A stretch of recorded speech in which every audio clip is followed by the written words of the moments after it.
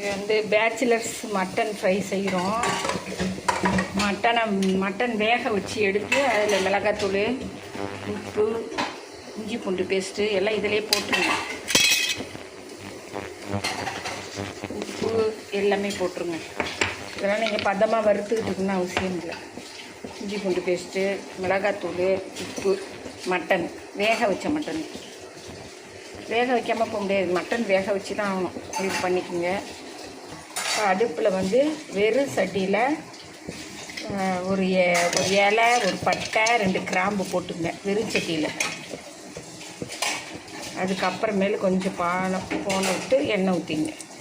எண்ணெய் கொஞ்சம் கனமாக ஊற்றிங்க. அது ஒரு வாசமாக, இது ஒரு மணமாக இருக்கும், ஈஸியாக இருக்கும் உங்களுக்கு. அதனால் எண்ணெய் காய விட்டு இதில் வெங்காயமும் இதிலே போட்டிருக்கேன். வெங்காயமும் போட்டுருங்க. தேங்காய் கிடையாது, சுக்கா வறுவல் தான். இதை அவ்வளோதான், வறுத்து சாப்பிட வேண்டியதான். இதெல்லாம் பேச்சுலர்ஸ் செய்யலாம். வெங்காயம் பூண்டு இந்த வாடை அதெல்லாம் அடிக்காது, பச்சை வாடெல்லாம் அடிக்காது.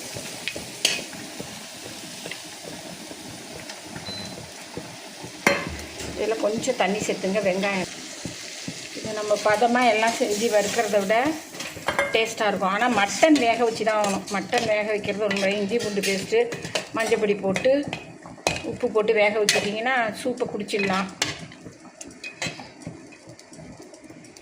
சூப்பை குடிச்சிட்டு நீங்கள் இந்த மாதிரி போட்டு ஃப்ரை ஆனவுன்னா சாப்பிட வேண்டியதான். உப்பு மட்டும் பார்த்துங்க. எல்லாமே போட்டோம். வெங்காயம், தக்காளி சேர்க்கணும். தக்காளி சேர்த்தா சதன்னு இருக்கும், நல்ல ஃப்ரையாக இருக்காது, சுக்கா ஃப்ரையாக.